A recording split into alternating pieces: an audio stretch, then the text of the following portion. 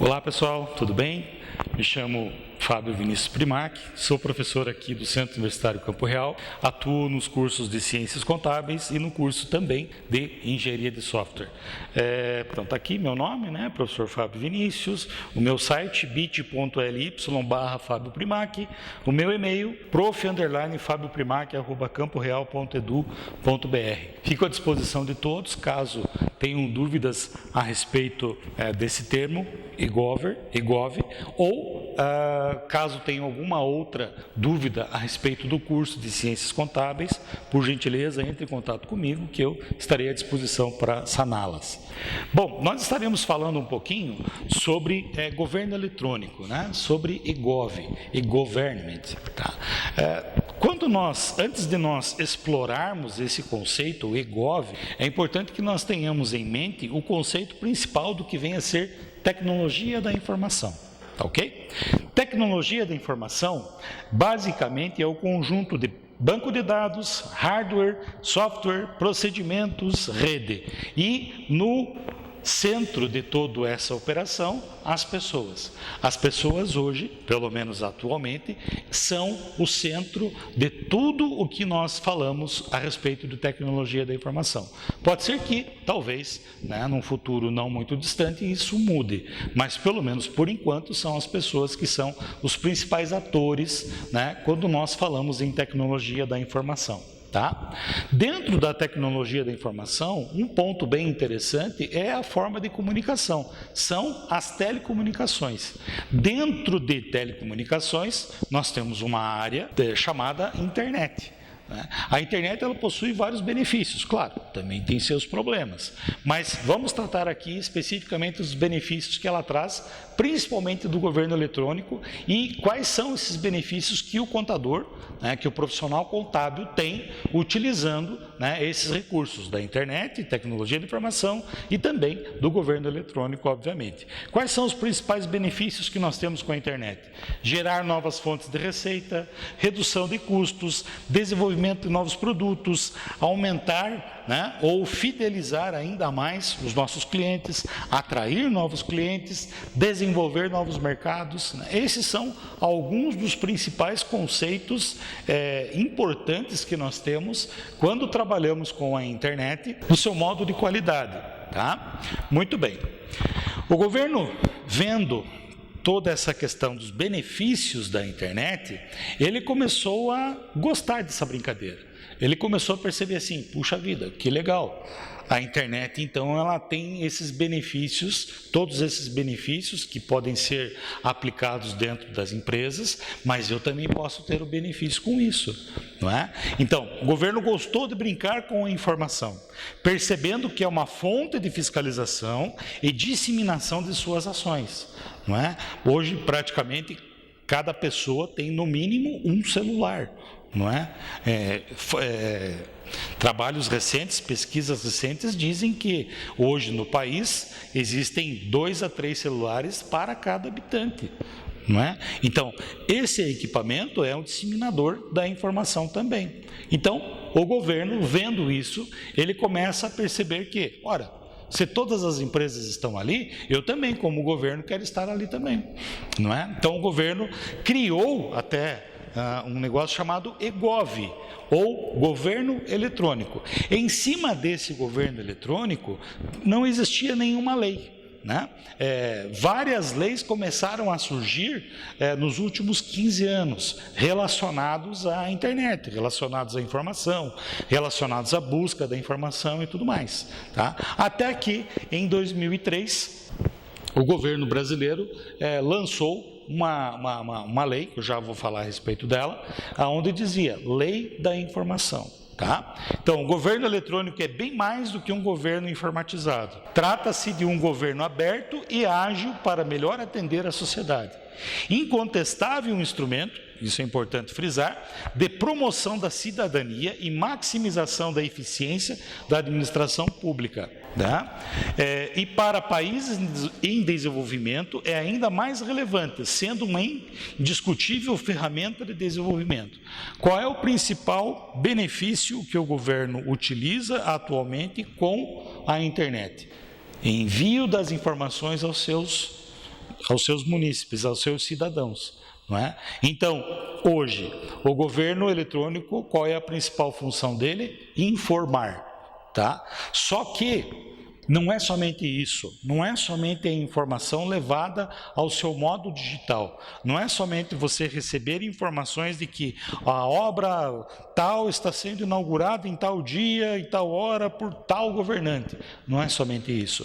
A ideia, claro, tem disso também, mas não é só isso. A ideia também é fazer com que a informação, até mesmo informação contábil, até mesmo informação financeira ou de outras informações relacionadas à administração, vá até ao público, né? Vá até aos cidadãos, certo? Esse é o objetivo. Em 29 de outubro de 2003, a Presidência da República publicou a Lei 12.527, que é a chamada Lei da Informação, tá? Criando 8 comitês técnicos de governo eletrônico que tornaram-se princípios e diretrizes. Quais são esses princípios e diretrizes que o governo eletrônico atua hoje no nosso país?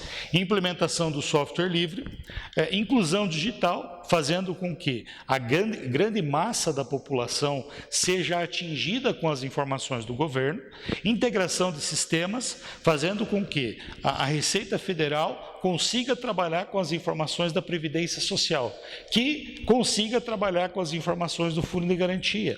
Tá? Então, existe essa troca de informações entre todas as esferas do governo. Tá? Sistemas legados de licenças de software, gestão de sítios e serviços online, infraestrutura de rede, governo para governo, gestão de conhecimento e informação estratégica.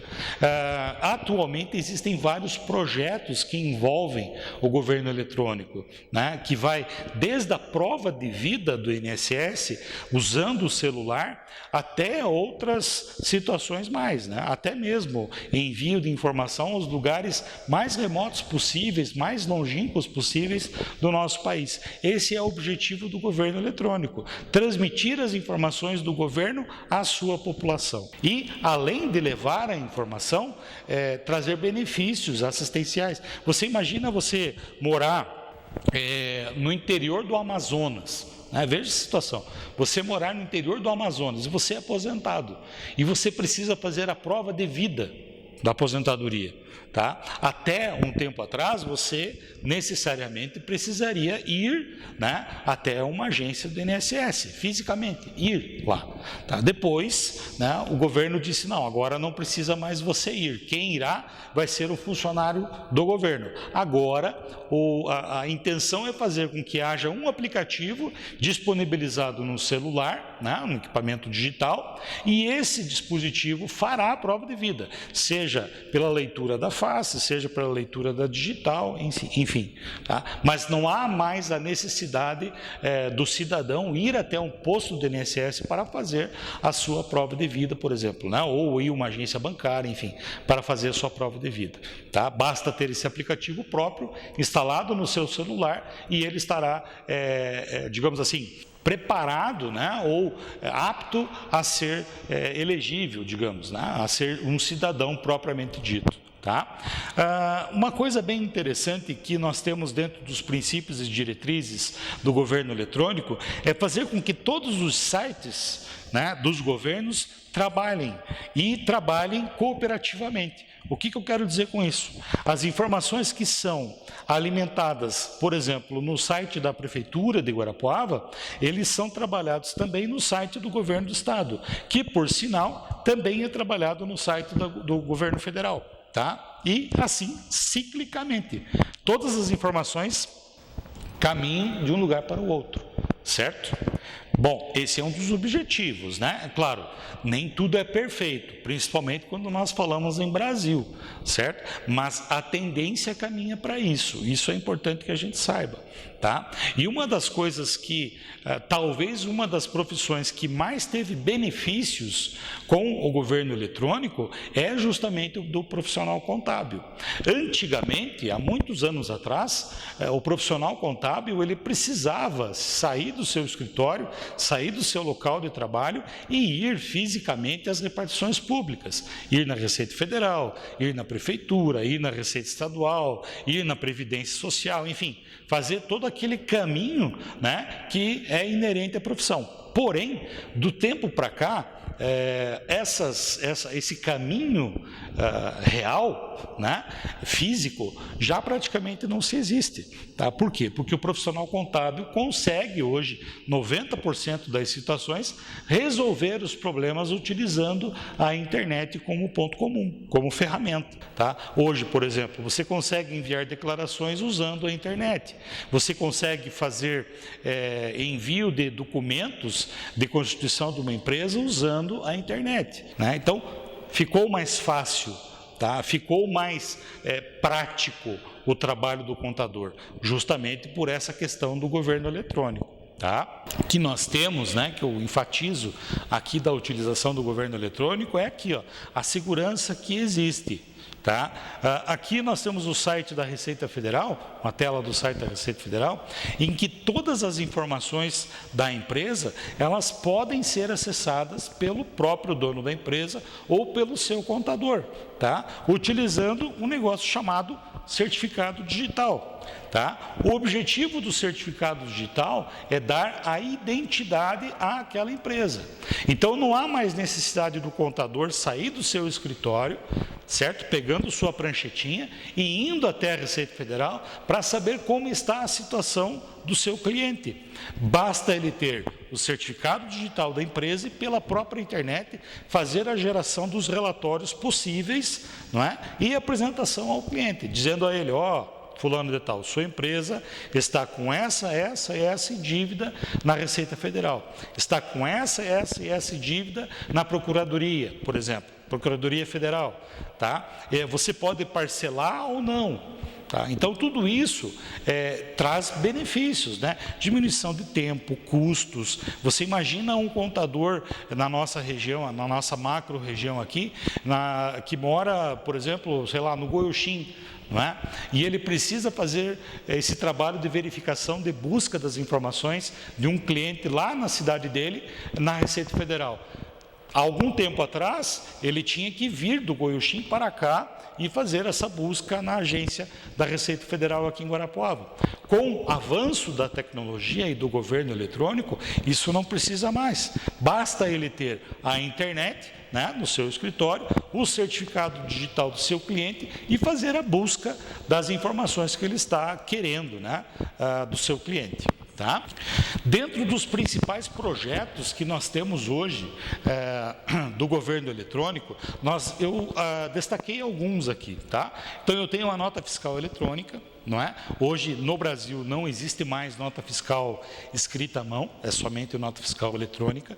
O SPED contábil, né, que talvez é a principal dor de cabeça do contador hoje. Nós temos o conhecimento de transporte eletrônico, as empresas que trabalham com transporte de mercadorias, eles fazem o conhecimento de transporte.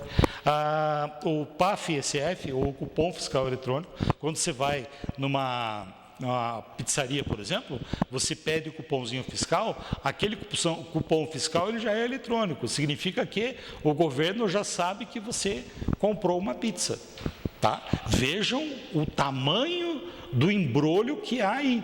Se o governo sabe a quantidade de pizza que eu como no mês, então pode ser que amanhã ou depois, na minha declaração de imposto de renda, se eu disser que ganho o valor, o meu rendimento é isento de imposto de renda, ele já vai começar a ligar as coisas.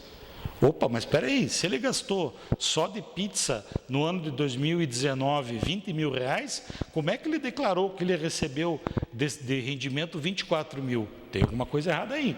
Tá?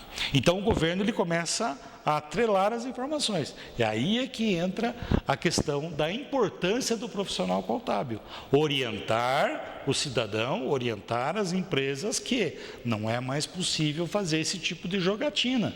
Agora você precisa dizer ao governo, eu recebo tanto, o meu rendimento é tanto, porque se eu acabar escondendo esse rendimento, uma hora ou outra vem o leão, né? Vem a Receita Federal e nhaque em você. E a culpa é de quem?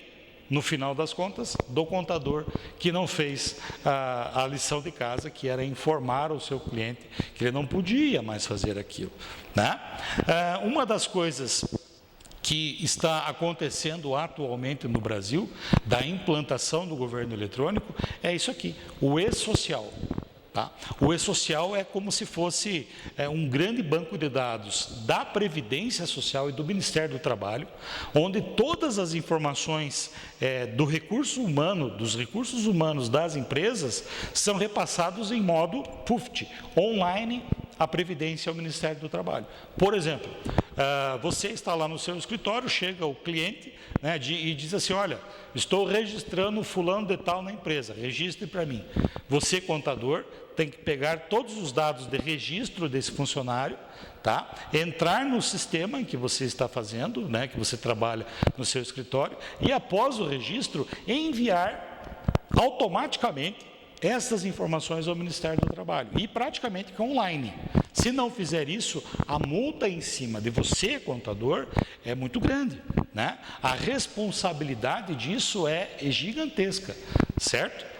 Então, essa é talvez uma das principais importâncias que nós temos com o governo eletrônico. Alimentar todos os sistemas que comportam o governo eletrônico, fazendo com que esses dados trabalhem em benefício mais, lógico, do governo do que do cidadão, é evidente, né?